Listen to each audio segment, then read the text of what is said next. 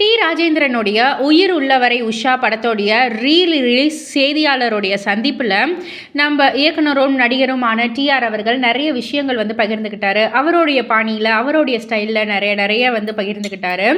இதெல்லாம் தாண்டி நடிகை நளினி அவர்களை பற்றியும் வந்து சொல்லியிருந்தார். அதாவது நடிகை நளினியை வச்சு வந்து டெஸ்ட் ஷூட்லாம் வந்து முடித்ததுக்கப்புறம் என்கிட்ட வந்து எல்லாருமே வந்து சொன்னது, இவங்க வந்து ஒரு நடிகையா அப்படின்ற மாதிரி. நான் இதெல்லாம் சொல்லக்கூடாது, இப்போ வரைக்கும் அவங்கக்கிட்ட தெரியாது, பட் இப்போ நான் வந்து இதை பதிவு பண்ணணும்னு நினைக்கிறேன் அப்படின்னு சொல்லிட்டு, நீட்டு மூஞ்சா இருக்குது, குதிரை மூஞ்சி மாதிரி இருக்குது, அதனால் வந்து இவங்கெல்லாம் வந்து செட் ஆக மாட்டாங்க அப்படின்ற மாதிரி நிறைய விமர்சனங்கள் வந்துச்சு.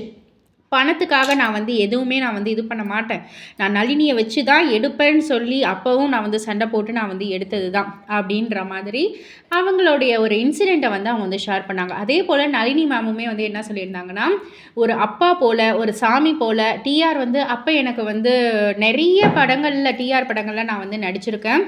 ஒரு சில படங்களில் வந்து நான் நடிக்காதது காரணம் கால்ஷீட் பிரச்சனை தான், மற்றபடி எனக்கு வந்து ஒரு அப்பா சாமி போல தான் டிஆர் அவர்கள் அப்படின்ற மாதிரியான ஒரு விஷயத்தையும் அவங்க பகிர்ந்துக்கிட்டாங்க. இதெல்லாம் பற்றி நீங்கள் என்ன நினைக்கிறீங்க, உங்களுடைய கருத்து என்ன அப்படின்றத கீழே உள்ள கமெண்ட் பாக்ஸில் குறிப்பிட்டு சொல்லுங்கள். மறக்காமல் சேனலை சப்ஸ்கிரைப் பண்ணி பக்கத்தில் உள்ள பெல் ஐக்கானை கிளிக் பண்ணிவிடுங்க.